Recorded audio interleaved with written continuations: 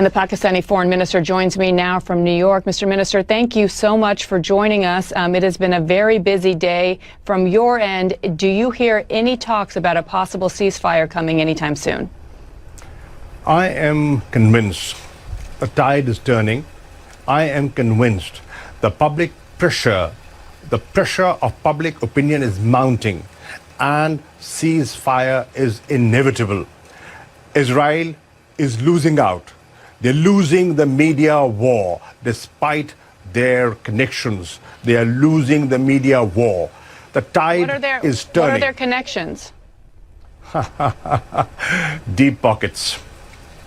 What does that mean? Well, they're very influential people. I mean, they control media. I would call that an anti-Semitic remark. Well, you see, the point is they have a lot of influence and they get a lot of coverage. Now, what has balanced that is the citizen journalist who has been reporting, sharing video clips, and that has jolted people, and that has woken up people, and people who are sitting on the fence are today speaking up.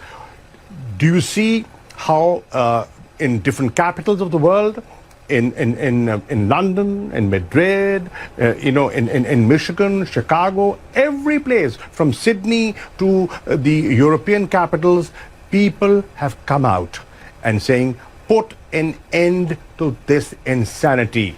They're calling for an immediate ceasefire. Now, the Security Council has failed in forging a joint statement and coming out with a joint statement and forging a consensus. The General Assembly today is giving a clear message to the Security Council. It is your prime responsibility to ensure peace and security. Please live up to the UN Charter. But, Mr. Ambassador, can we not separate the fact that there are calls for peace and for equal human rights for both sides, for Palestinians and for Israelis, without anti-Semitic talk and rhetoric? And we are seeing an increase in anti-Semitism throughout the world.